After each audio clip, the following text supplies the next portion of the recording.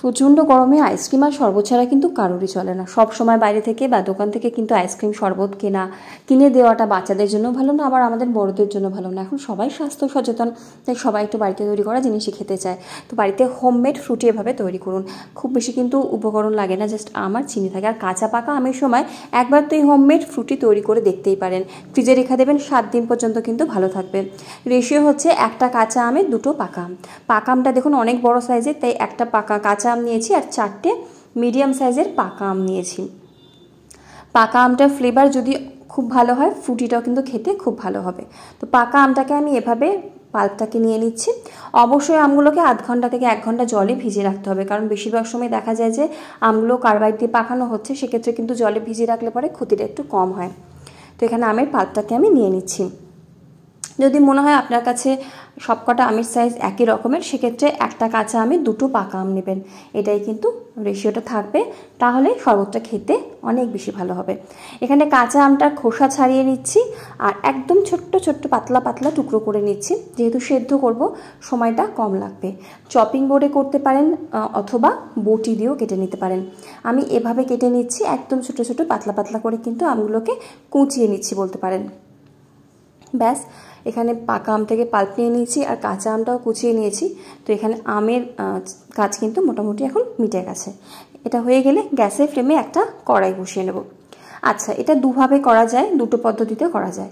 এই সময় চাইলে আপনারা এই সমস্ত কিছু মিক্সির জারে নিয়ে পেস্ট করে নিতে পারেন, অথবা আমার মতো করতে পারেন। নেক্সট প্রসেসটা বা পদ্ধতিটা একই থাকবে।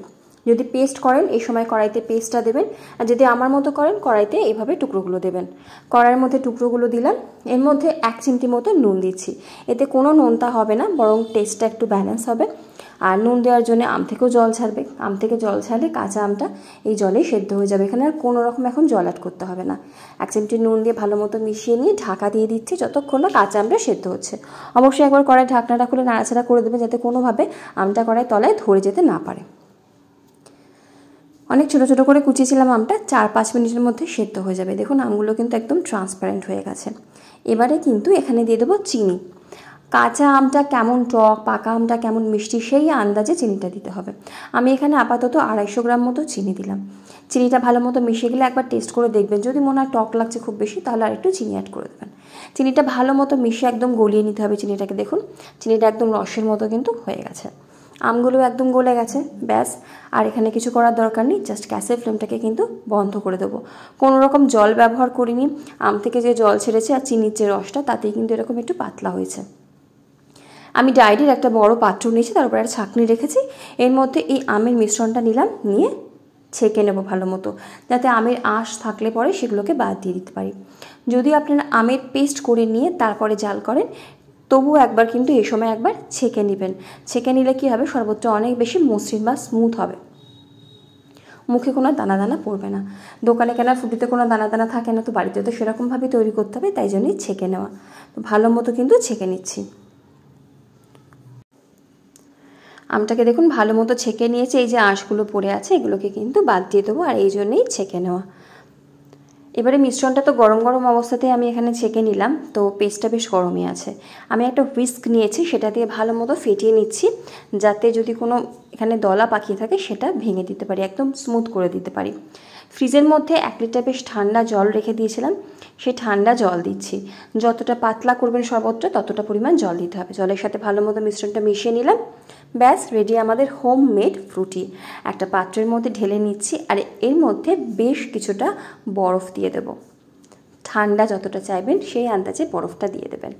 তৈরি দেখুন হোমমেড ফ্রুটি। খেতে দারুণ হয়েছিল, আর দেখতেও কিন্তু কি সুন্দর হয়েছে। কে বলবে যেটা দোকানের ফ্রুটি নয়।